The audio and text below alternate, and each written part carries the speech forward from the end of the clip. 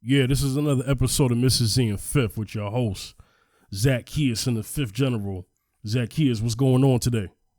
It was good, man. Good to be here for sure. All right. Good thing today. It's been a while since we done one of these type of subjects for the show, but we're going to get into a relationship conversation. We're going to get back into these relationship topics. We said that we would, and here's the episode. And I'm going to tell you what inspired it. Zaccheus, you introduced what inspired this topic. Yes, the real. You know, it was the real, that episode on the real when Lonnie Love started expressing herself and saying that black men, sisters, we need to expand our horizons, open our horizons, and stop just thinking we're just limiting ourselves to brothers. And this is a sister talking. Those who don't know, there's a sister saying this. Mm-hmm. We need to not look at black men because not date. Don't, if you can't find a black man to marry, not date a black man, because the black man, we're all incarcerated, and we're all either we're gay, dead, or we're all incarcerated, or we're no good with players. You know, we need to step up. She was speaking to Tisha Campbell on this matter. You know, because Tisha Campbell, she was married to Dwayne Martin, so so she was expressing herself that way, and I said to myself, I said, man, this is a topic, it needs to be touched on.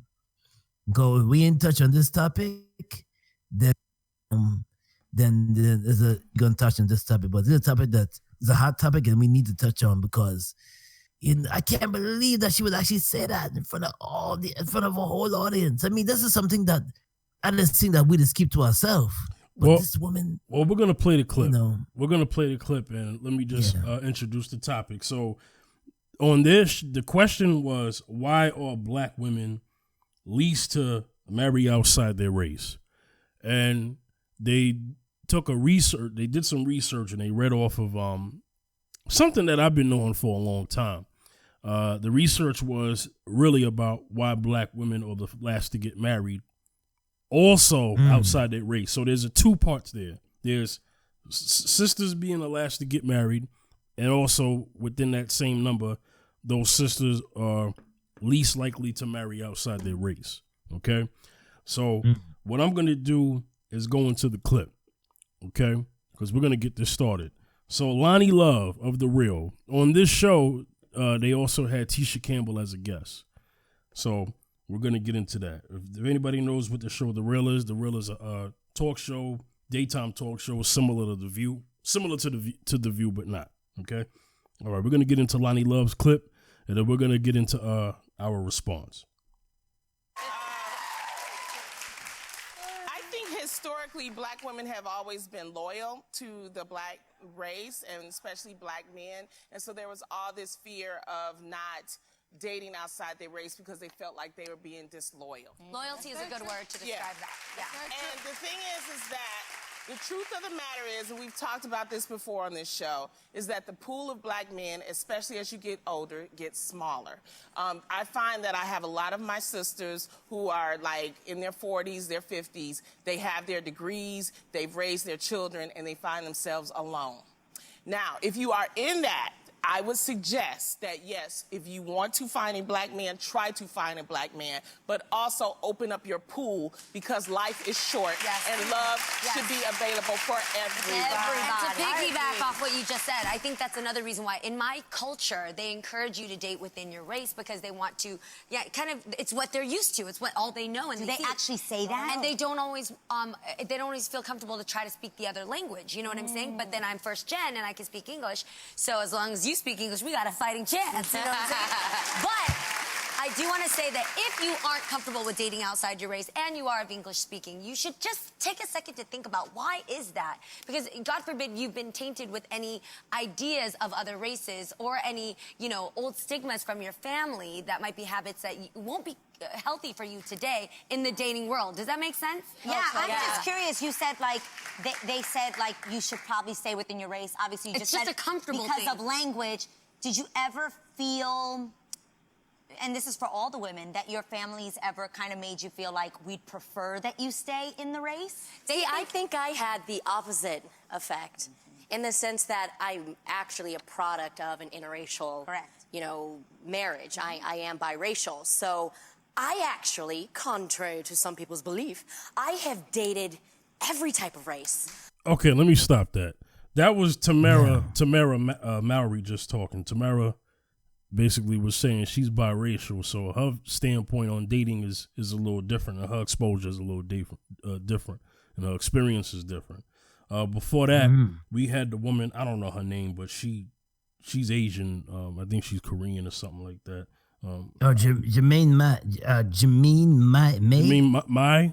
Okay. Yeah, yeah. And I'm not saying that to be disrespectful. That I could have swore she Jeannie said Mai, I could have swore she said that a long time ago that she was Korean, whatever. But she's of the Asian culture in that diaspora. She's part of that Asian diaspora. Adrian Bailan is Puerto Rican, I think, right? It must be Puerto Rican or Hispanic, something like that. She's something in the Latino community. Lonnie Love is the only, African American woman on stage. That's part of the program. Well, I guess non-mixed. Okay. We also had Tisha Campbell as a guest on there, and she's black. So yeah. Let's get into what she said on this part, and then I have to get into the second part because she said more. So I'll say this: I don't think there was anything wrong with what she said, okay? Because she still said, because of the situation, the numbers are small, but if you do want a brother, still pursue one. So it's not like she's telling sisters not to pursue. Well, not to be pursued by brothers, but she's also saying because of the numbers of sisters being alone, which is true. Yes. But I want to say to Lonnie, there's where there's a black woman alone, there's a black man alone too. Yeah. Hello. Okay. Hello. So, and I'll get into a second part, but before I do that, Zaccheus, what's your take on what she said and kind of break down what she said? Well, what you see, Lonnie was more expressing herself because you see, she I don't know if she gave her brother a chance, but she stepped out with her dating her own to date, and she did it. Now she's married to a white guy, something like that. Nah, she's not married yet. And she dating him. Yeah. I think she dating him. Yeah, she dating him. So what she was saying is that you gotta expand your horizons. You gotta expand your horizons, and you gotta. So if you can't find, if you find yourself having problems with brothers, you find yourself being alone, then it's best for you to step out and experiment Asian, experiment black women, experiment Asian, experiment white, experiment, step out and just expand your horizons. That's what basically, that's in a nutshell, that's what she was trying to say, Yeah. But in my opinion, mm-hmm.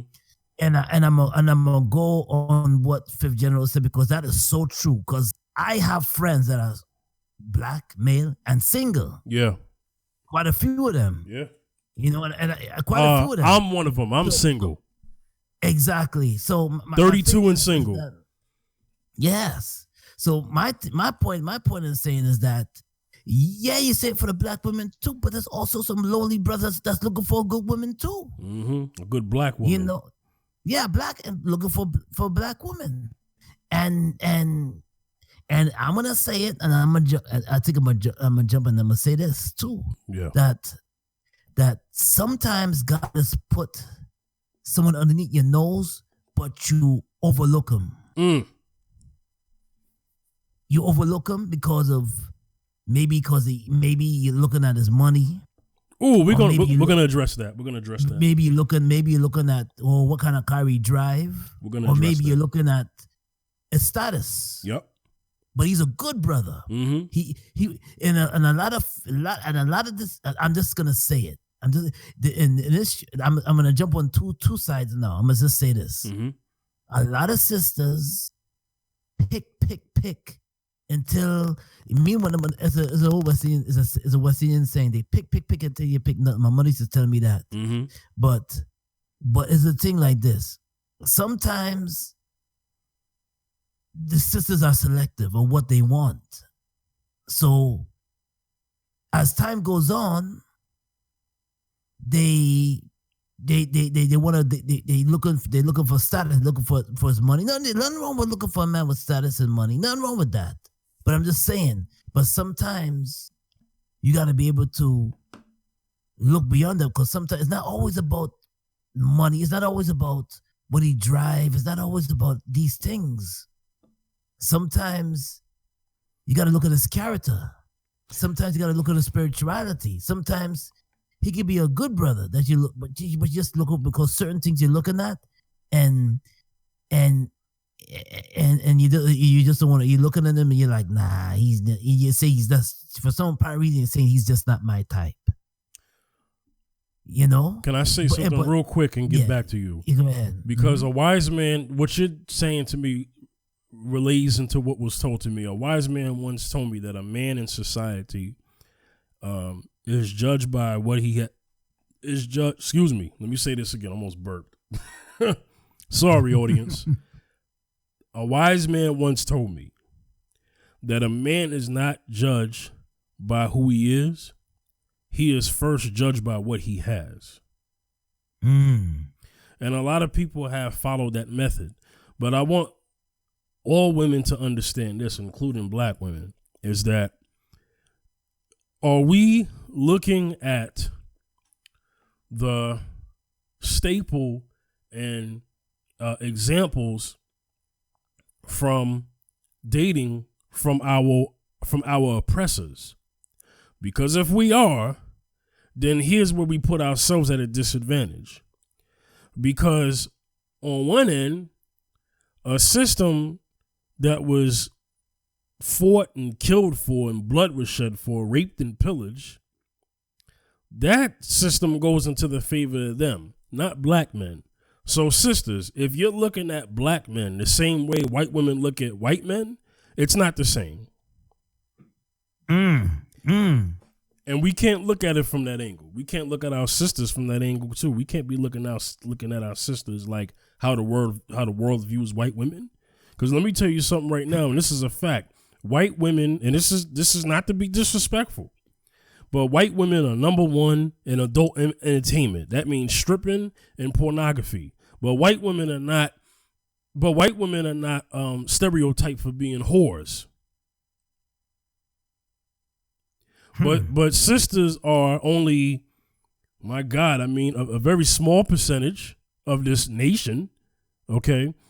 And whatever the percentage is of them in the adult industry, how is it that they are looked at more for their stereotypical views, as in their stereotypes, and they don't even partake in the same activity at the same number that white women do? Same thing with brothers. White men statistically do more crime. But why is it that black men are the killers, the thugs, and the rapists? And that's what I want our people to understand, is that we can't look to the media that is run by white supremacy to view how we are in the dating world. This is why we don't have any unity. See, the relationship between the black man and the black woman is not good. So this is why we're having problems having unity from a political standpoint. From a relationship standpoint, we are damaged. Come on now. So we can't get together for a common cause and be on the same code when we can't even love each other. Facts. There's something wrong with that. Yeah. So we're going to get into this clip, and I'm going to hand it back to Zaccheus. So we're going to get into this clip because we need to address mass incarceration. We need to address why sisters are. We need the battle of the sexes situation between brothers and sisters that shouldn't be there, and we'll address that. So let me get into part 2 of what Lonnie said, because Lonnie gets more into her reasoning. I know when I brought James into my life, I did not choose James on purpose. I did not. Yeah. Now let me break in. James is a Caucasian male. All right, we're gonna move on. No, it was done because of compatibility. Yeah. And that's what I'm saying to a lot of my sisters. I want to speak to my sisters because she's right here.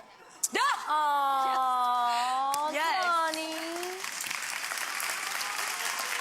Come to us.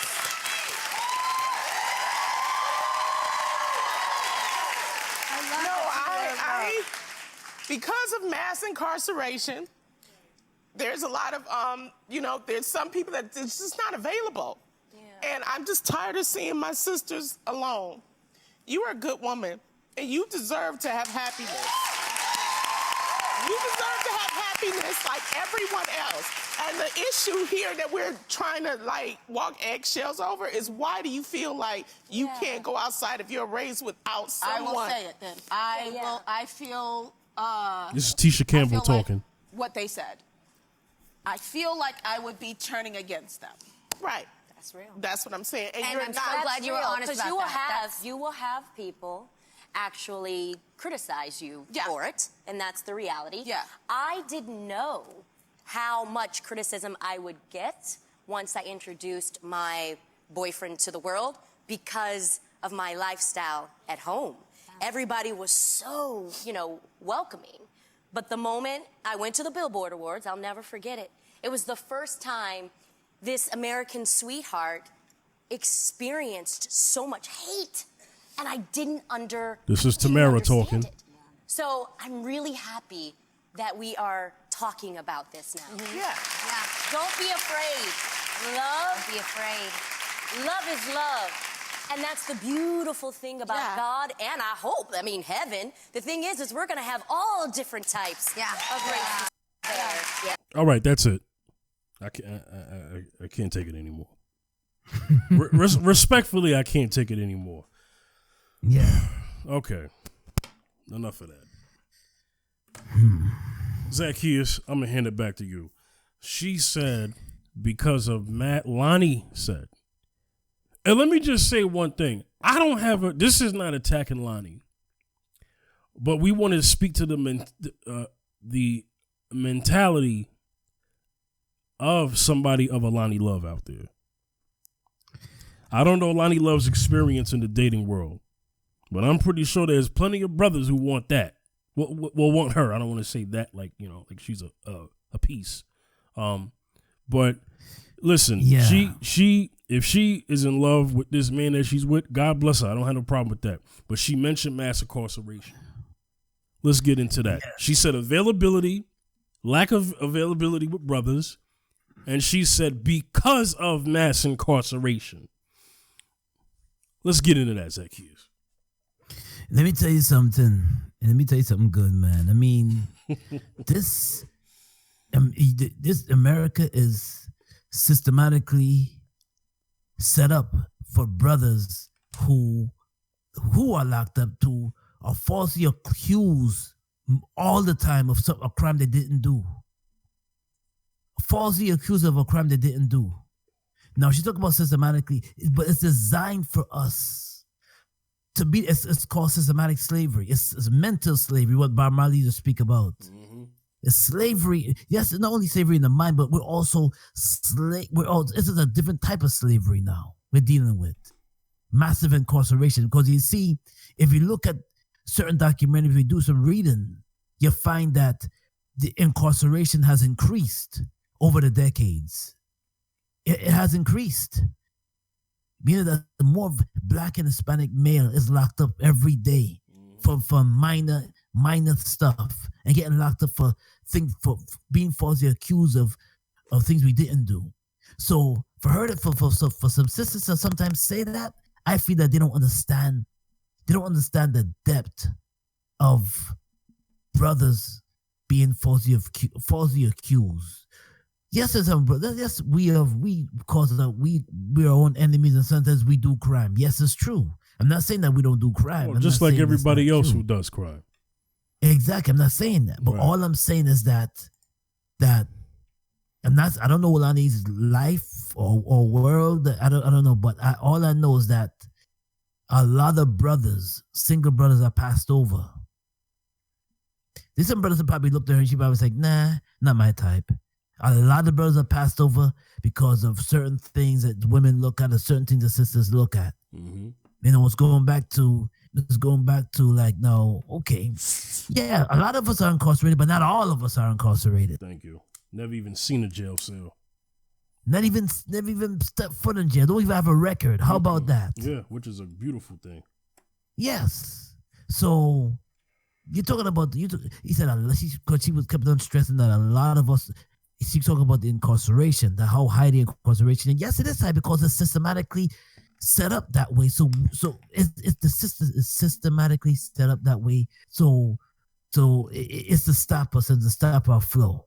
It's a different type of slavery. Well, let's get deeper into it, because after slavery, mass incarceration was slavery to begin with. When you think about it, because we were prisoners of war. We were slaves. We were property. So we were already incarcerated. That's incarceration. Mm-hmm. How about that? So historically, the black man in America it was designed to keep the black man incarcerated for life, because after slavery got abolished, prisons. Here we come with the prisons. Okay? Yeah. So now let's speak to that. So let's talk about why we're targeted, because I want to tell sisters out there, you're targeted too. It ain't just us. You're targeted too. And mass incarceration is to not only to keep us in legal slavery, but also to divide the black family. Yes. And for population control. So, sister, I'm going to give you the reason why it is mass incarceration. I'm going to say what Lonnie Love should have said. What Lonnie Love should have said was this, or maybe somebody else on the panel should have said this, because they didn't have any sisters on that stage that have knowledge of self. Okay? Because that conversation would have went a little deeper than just dating.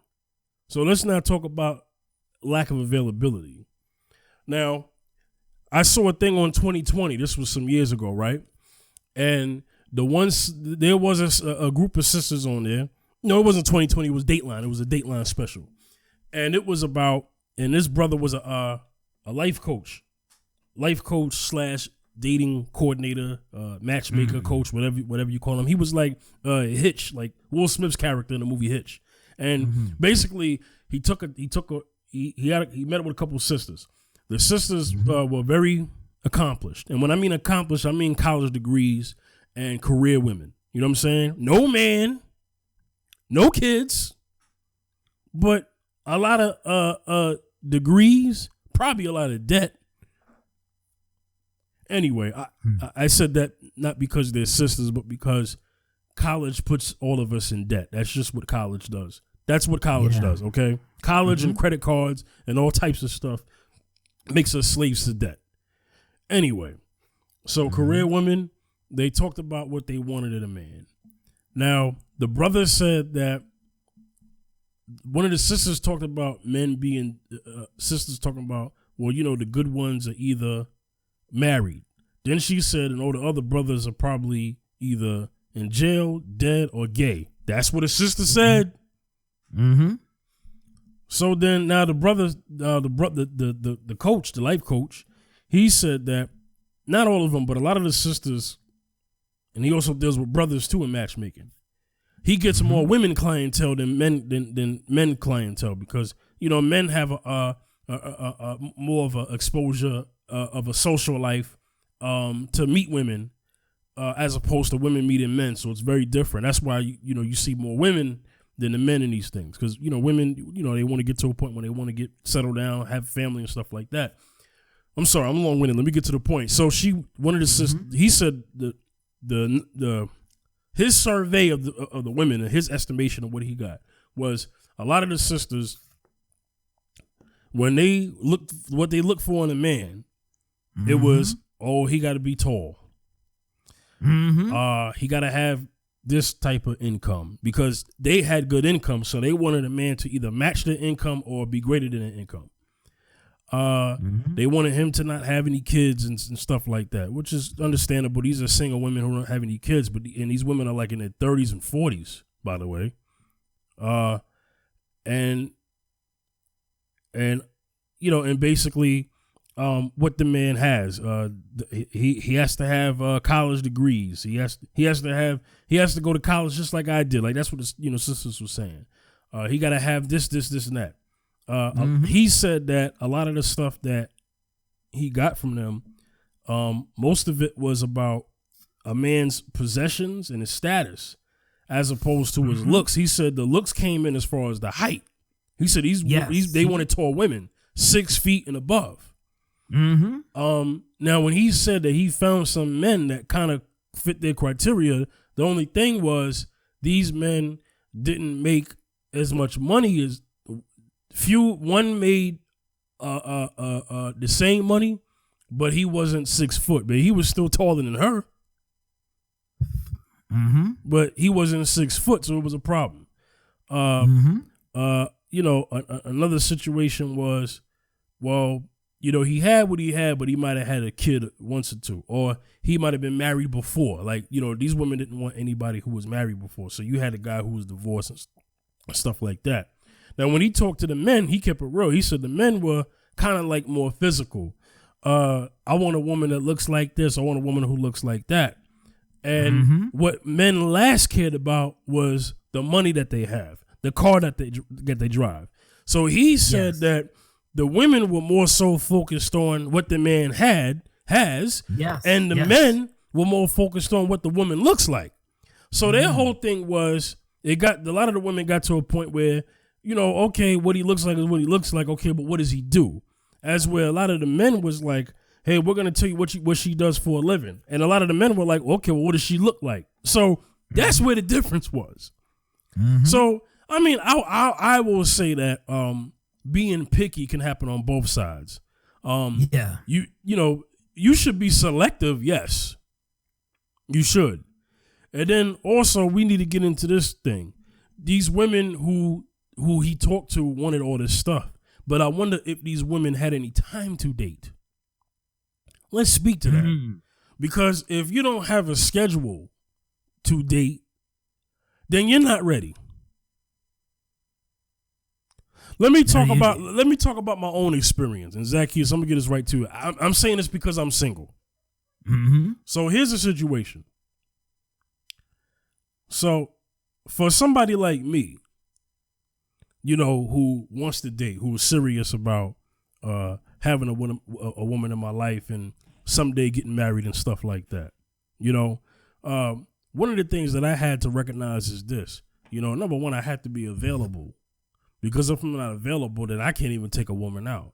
I got to make sure. I'm not financially affluent, but I do have enough money to take a woman out on a date. You know what I'm saying? As long as we ain't going to freaking Benihana every day. I mean, that's expensive. You know what I'm saying? But I could at least take a woman out. You know what I'm saying? And spend a day, whatever. That I could do. You know what I mean? But that's the thing. And then women who want to be in a relationship, your schedule has to have some flexibility. It has to. You want a man to date you, but you're not even available. It doesn't make any sense. How are you going to get into a relationship? Yeah, men and women have to be more ready than a woman has to be when he's looking for somebody. He got to make sure that his stuff is all lined up. I mean, a man. I mean, these days a man has to be almost perfect in his situation to get a woman. To get a woman of to get a woman of some type of substance is what I meant. Because I mean, you got dudes out there with no money getting all types of women. That's another story. You know what I'm saying? So what I want is true. It's exactly. True, yeah. So what I want to say to women out there, You know, if you don't have the type of schedule that would allow you, I'm not saying you got to be sitting around waiting for a man all day, because I ain't sitting around waiting for a woman all day either. But what I'm saying is you have to be available. You have to look at it this way. If you're going to put yourself in the dating game, then you have to prepare yourself for the relationship world. Because if you're not, then just, you know, stay in the house. You know what I'm saying? And if a man asks you out, just say no. You know what I'm saying? Right. Until you're able to and then understand that men and women need to understand this, is that a relationship is not always about you. It's about the other person too. And then a lot of times men and women want people on their terms only. First of all, that's selfishness. So if you want somebody only on your terms, you ain't ready to date. Okay, that's, you're not ready to be in a relationship. And if you're not ready to be in a relationship, then you're not ready to date. Simple as that. So that's how we're gonna go with that. Zaccheus, you or married man? Yes. So what's your taking this from a married man's perspective? Because you were single once, but yes, you know the journey. Yeah. So you speak to this. Yeah, let me tell you, it's like, you know, you have to make yourself, like you said before, available. You got to make yourself marketable. What I mean by marketable is you got to put yourself out there. You got to, back then when I started dating my wife, we were not married yet. I used to set a time where I made my weekends free and I made myself available. So when I take her out, we spending the time together. You see, it's more, we're excited about each other. So we're going to make a way. We're going to make a way and we're going to make time to spend with each other. You know, it's no, well, I'm busy, I'm working a double shift, I'm working a lot, Yeah, you got to make money to pay that rent. You got to make money to pay the rent. And stuff like that would come up, and that's fine, but, you know, just... But in the same token, if you start dating, then you got to make yourself flexible. You got to make yourself available. Yesterday, I was talking to a brother that said that, you know, I ain't got a car. I don't have a car, but when I ask a woman out, I want her to come all the way from Jersey to come see me. And I said, well, how's that possible? Because the thing is that... Wait, where does he live? Because you have to explain this for the audience. Well, he lives in Staten Island. So he lives in Staten Island, New York. He lives on Staten Island. And he wants a woman to come from Jersey to see him? To see him. Oh. And he's interested in her. Yeah, he's interested in her. So I said, well, you know, the thing is that... He need to go see her.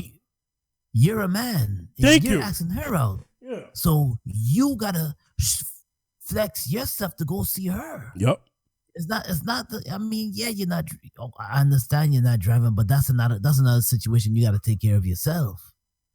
You know, but in the same token, if you're dating, if you ask someone out, you got to make yourself available. You got to make a ways to go to that person, or if you can't make it, spend time.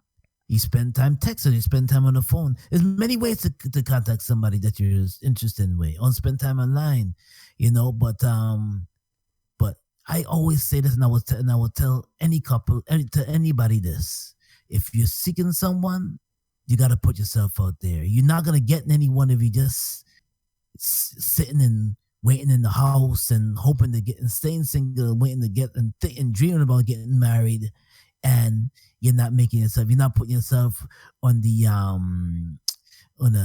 blackpeoplemeet.com. You're not putting yourself in mingle, you know, the dating hotline, the dating sites. You're not putting yourself out there. You're not making yourself known. If you want something, you gotta work at it, and you gotta work at it, because there's a lot of people there's a lot of brothers that are single out there, but sometimes they don't want to make an effort to make themselves available, so to make themselves open, or make themselves available, make themselves open to put themselves out there and say, listen, I'm a single man or woman, and I'm looking for someone, and I'm looking for someone to settle down with, someone that could be compatible with me, and someone that can grow with.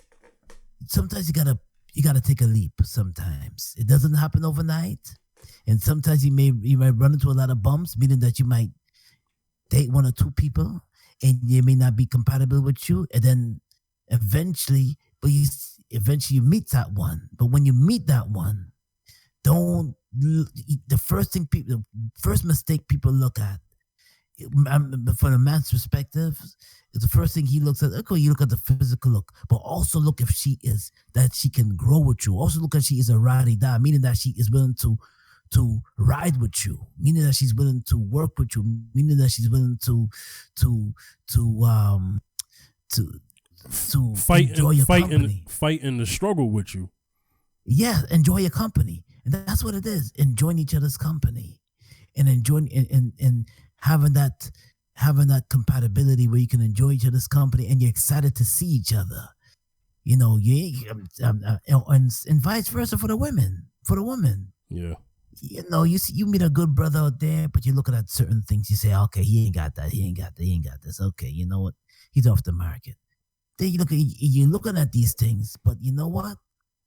And then you get upset because you're 40 years old and you're still not married with no kids. But you got your degrees. Mm-hmm. But this is what it is. Sometimes they're right underneath your nose, but you don't give them a chance because let's say you meet somebody. Let's say you meet a brother with that has a degree, has all the money, and but the question would be, is he compatible with you? Is he willing to break bread with you? Is he compatible with you? But you may find a guy that's not making as much money as you that's compatible with you. He makes you laugh. You feel comfortable with him. You can be yourself with him. You can tell him anything. He's open there to listen to. He's available for you. He wants to spend time with you. Right. And he treats you like you should be treated, like a queen. That effort is there. The effort is there. But you know what you look at? You look at his status. You look at, he may be back. He's only 5'8". He's only 5'11". He's not my 6-footer. You look at these things and you look at these things and you say, trust me, but this, and you look at these things, okay, we all have different preferences. I know men, we have physical preferences. We all have preferences. Mm-hmm. Nothing wrong with your preferences, but sometimes you overlook certain, you look at certain things, you say, okay, I don't want to date him. Or this happens too. Sometimes he's treating you so well, too well, that he scares you away. I'm talking to the this brother's too easy. You talking about that too good to be true thoughts? Yeah, too good. Too good to be true. Yes. I'm gonna go there real quickly. I've been on that end of that where women have done that to me. Yeah. Sadly. And then you get scared because you're not used to getting treated that way. Exactly. So they don't believe it. So yes, because you don't believe it because you know what? You've been beaten down. Your self-worth been beaten down because you don't think you can get you don't think there's a good brother out there that can treat you the way you should be treated. So you have this stigma in your head that these brothers ain't no good. All they want is some booty. That's all. That's all they want.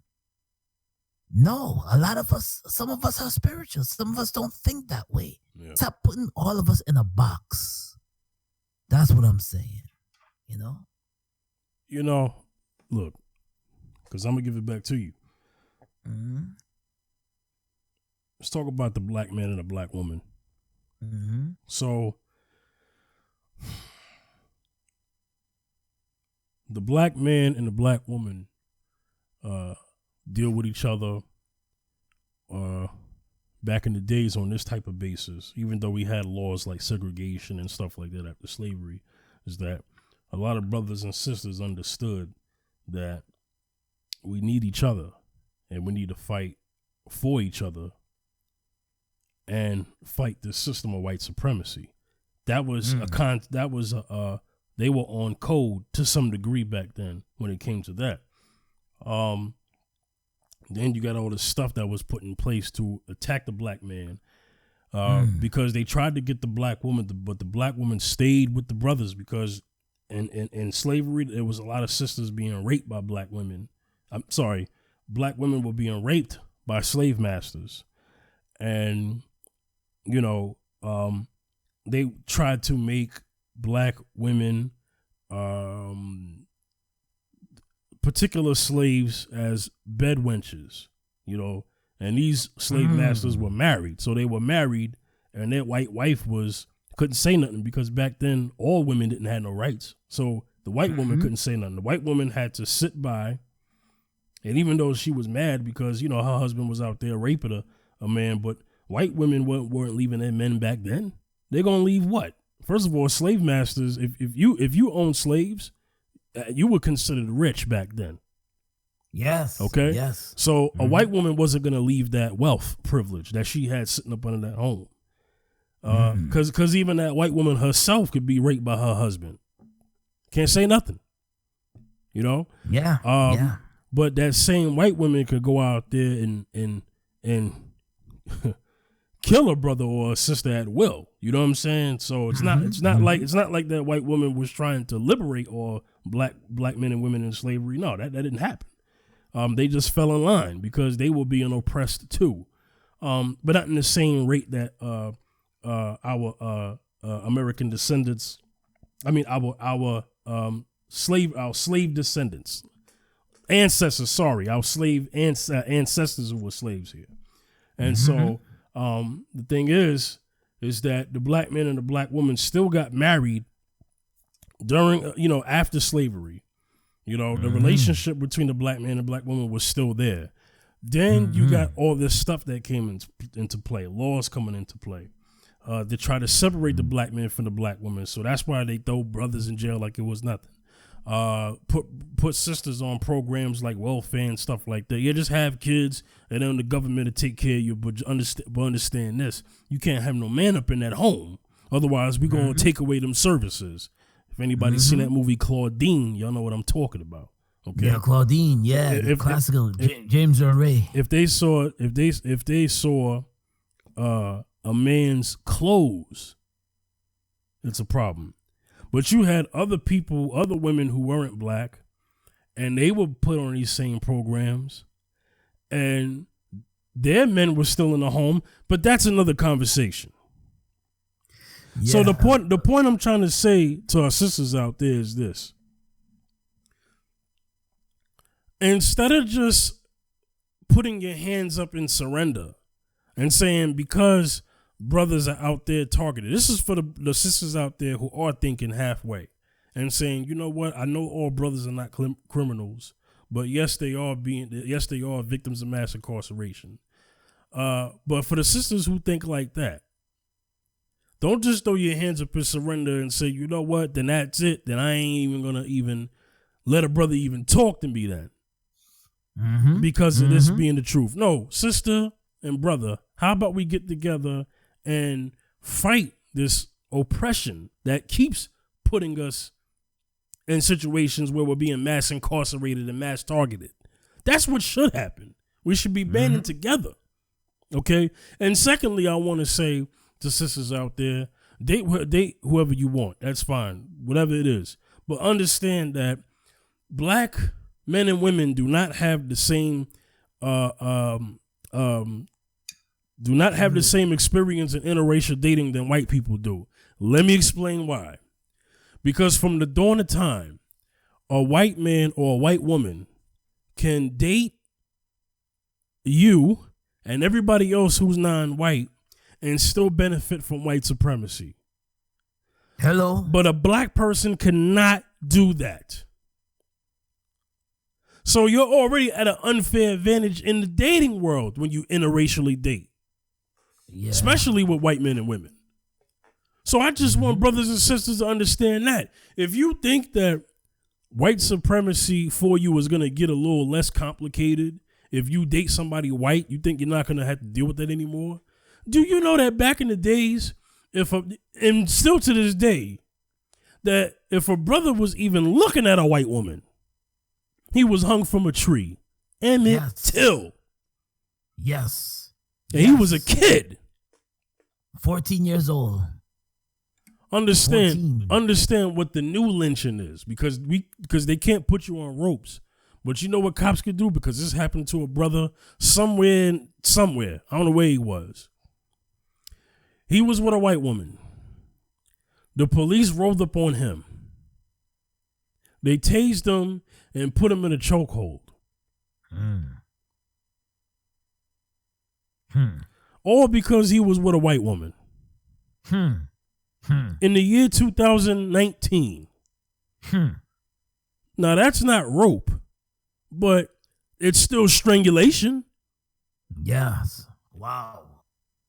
That's still lynching. Now, they didn't say we're doing this because you were a white woman, but they was extra aggressive with him because the woman that he happened to be in a relationship with was white. Now let me talk to my sisters, because I know some sisters are probably thinking, well, you know, that's well, the brother shouldn't have been with the white woman. That's what he get. Now let me talk to your sisters who want a white man. And this is your choice. I don't have a problem with this. Date who you want. But just understand this. If you're going into a relationship with a white man with the mentality that life is going to be a lot easier for you, you're wrong. You're wrong. Let's talk about Stacey Dash. Here's my example. Stacey Dash is half black, half Mexican. She is married to a white man. Yes, she is. She has more of a black appearance. If you look at her, you would have never known that she was half Mexican. But anyway, that doesn't matter right now. She called the cops from a domestic dispute on her husband, but she got arrested, not the husband. And he didn't. Yeah. Yes. So it didn't save her. All the coon juice he been drinking. Hello. Okay. All that coon aid did not save her. She said that she was in a domestic dispute. But why is it that she was the only one who got arrested and not the husband, if the husband allegedly hit her?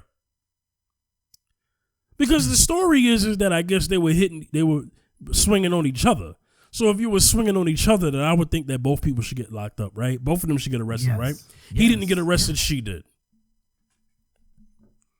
I don't think I have to go into any more stories of interracial situations that ended up in the disputes that didn't go in favor of the black man or black woman. I don't think I have to do this. That's a whole nother show. Some of y'all already know what's going on. Exactly. But what I'm trying to say is this, sisters, understand that if you are going to give up on brothers, then go over there and stay over there. Brothers, if you're going to give up on sisters, then I'm going to say the same thing to you. They can go over there and stay over there. But just understand that if you're going to date them, you got to take on the interracial dating struggle. And then also you have to understand, also on the other part is that as a black man and a black woman who dates outside of their race, you're opting in to the race that you're dating. Are you making sure that race that's dating you is opting into you? You're probably more than likely not.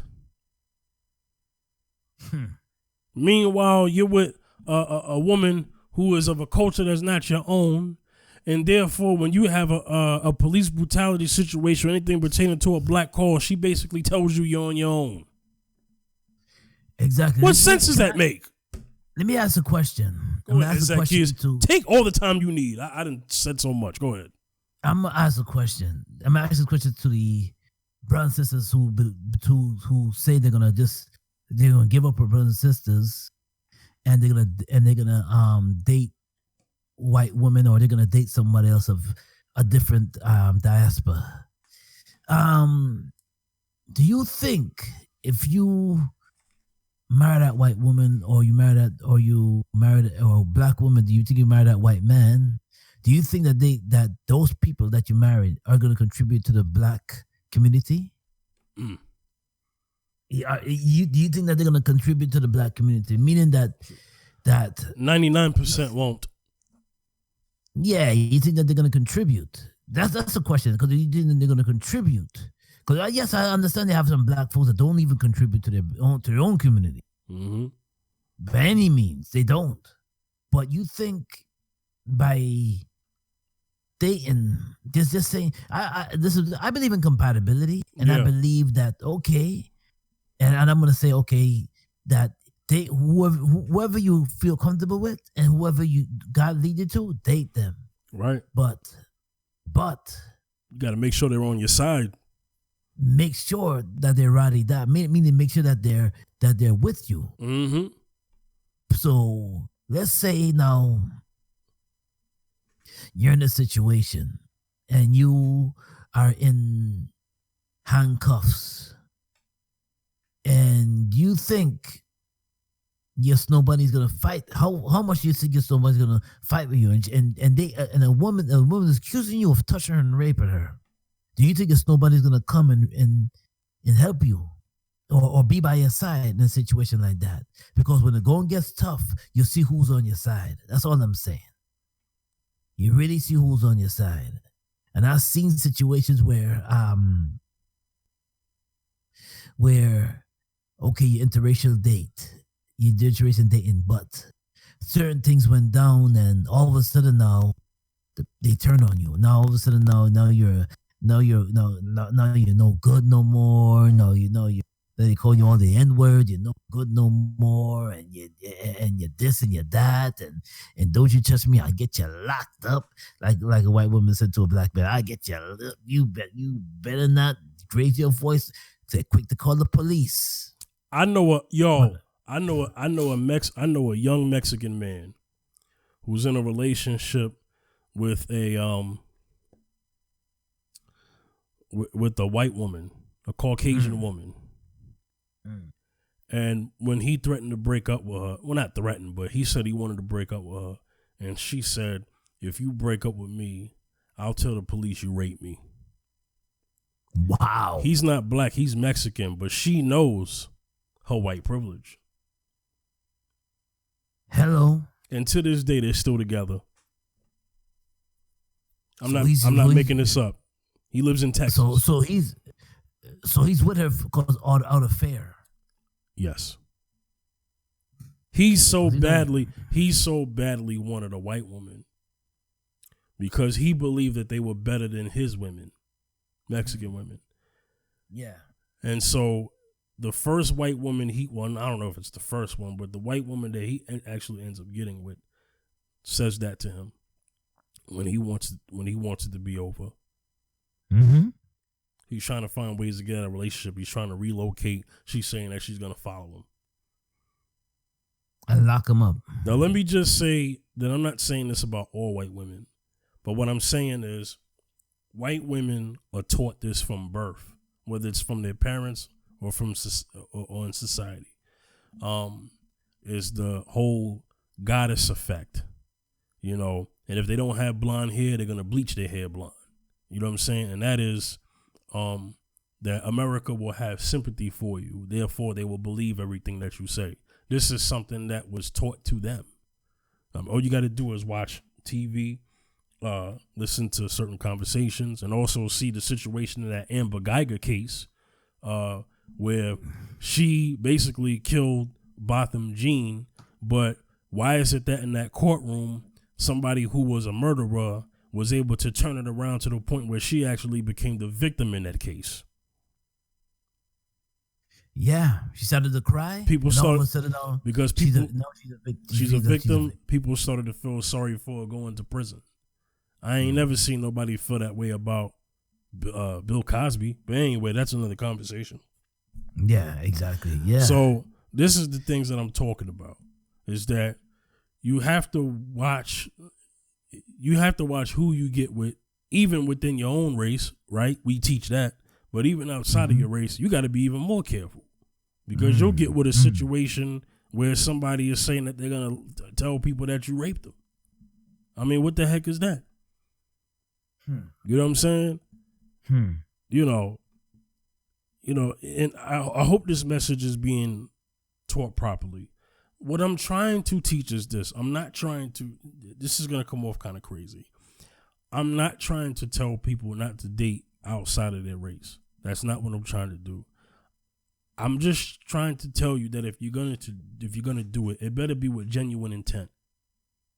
Mm-hmm. If it's not with genuine intent, then the downfall is coming.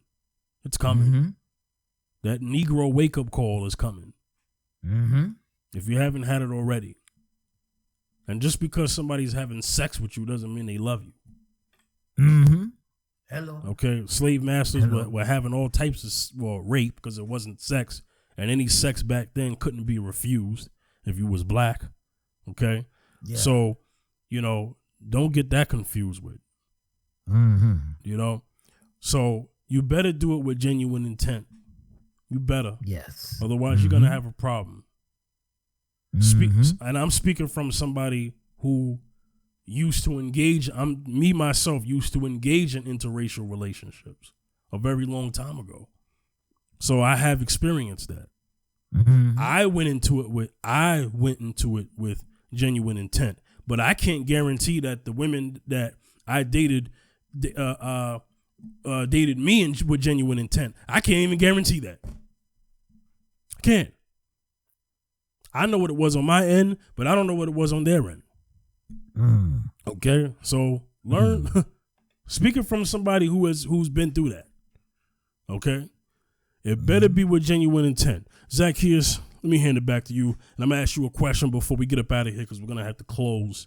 Yeah, we're probably gonna have to touch on this a little later as well.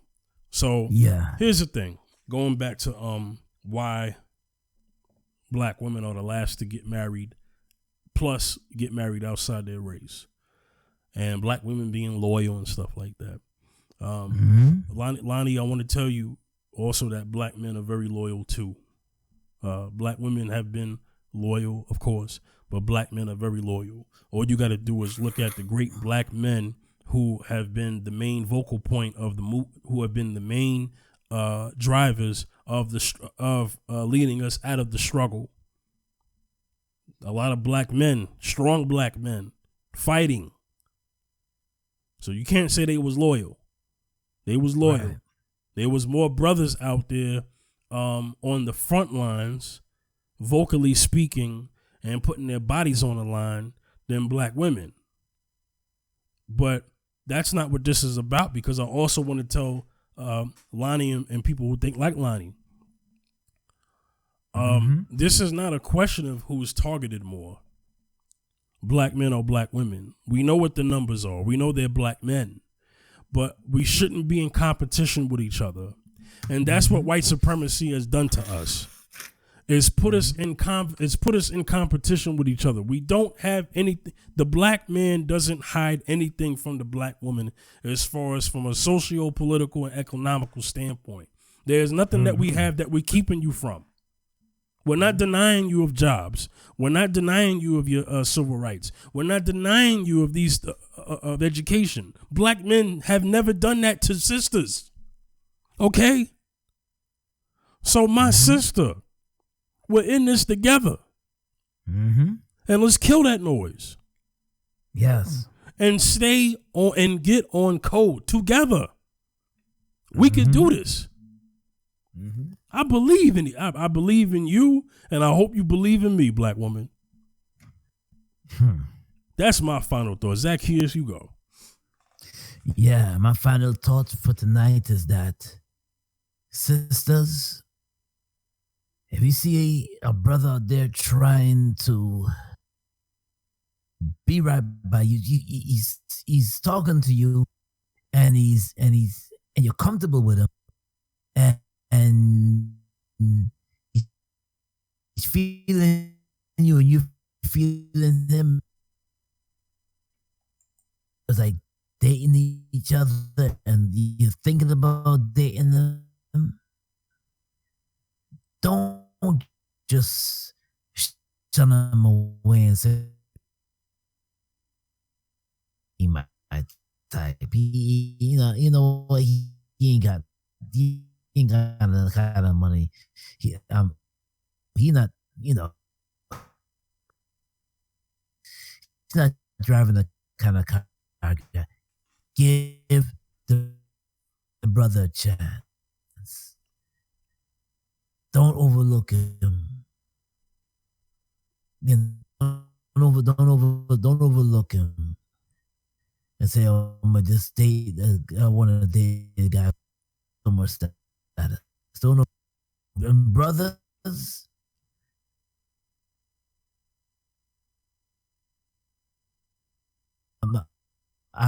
This is Yo, Zaccheus, hold that thought. Zaccheus, hold that thought real quick. We're having some technical difficulties here, and I want to make sure that Zaccheus. But you. Okay. Ladies and gentlemen, I'm sorry. We're having some technical difficulties. We want to make sure that we're able to hear Zaccheus' last statements entirely, in its entirety. So I'm just going to take a couple of seconds. Zaccheus, are you there? Zaccheus. Okay. I'm not sure what's going on there. Let me just inform everybody. Zaccheus is coming. We are not in the same studio together performing this podcast. I am currently in Oklahoma. He is in New York. So because of that, we got to do this via Skype. And so there's a situation going on with the audio. I actually can't hear him right now. So I'm not sure what the situation is. But what I want to do is thank everybody for listening tonight. And I hope the proper message was able to be conveyed. What I want to last say again is, for the black man and the black woman, you're free to do whatever you want. I understand it is what it is, but I'm speaking directly to black men and women who still want to pursue each other and create legacies with each other. And that is, brothers and sisters, we have to be on code and we have to fight for each other and fight with each other against the system of white supremacy that has divided us and put us in the situations that we are today. And we must never forget that. All right. So I apologize for the audio situation, for the technical difficulties. I don't know what's going on. I really wanted you guys to hear Zaccheus' last point, but for some reason it just timed out, and that's not good. So we're going to get up out of here. Zaccheus, you there? Zaccheus. You can hear me? You can hear me? Okay. Zaccheus. Yes. Zaccheus. You hear me? Yeah. You there? I'm there. I'm here. You can hear me? Okay. So, Zaccheus, we had some technical difficulties. Your final thought was chopped up so badly that we couldn't even hear what you said.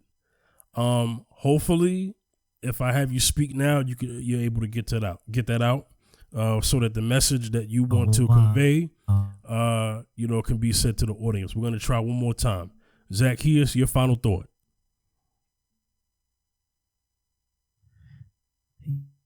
Yes.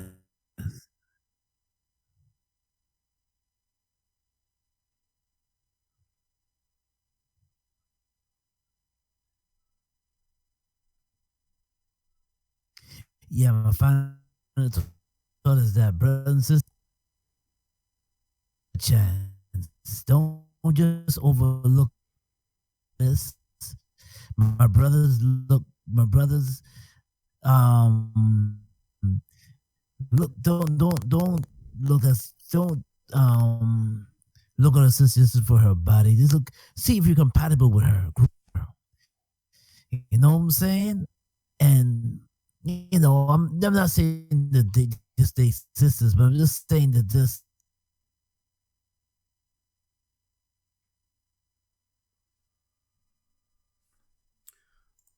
Let me try to figure this out because I really need this brother's opinion here. There's a couple seconds, ladies and gentlemen. Let me try this again with him. The brother's pockets, man. Give a brother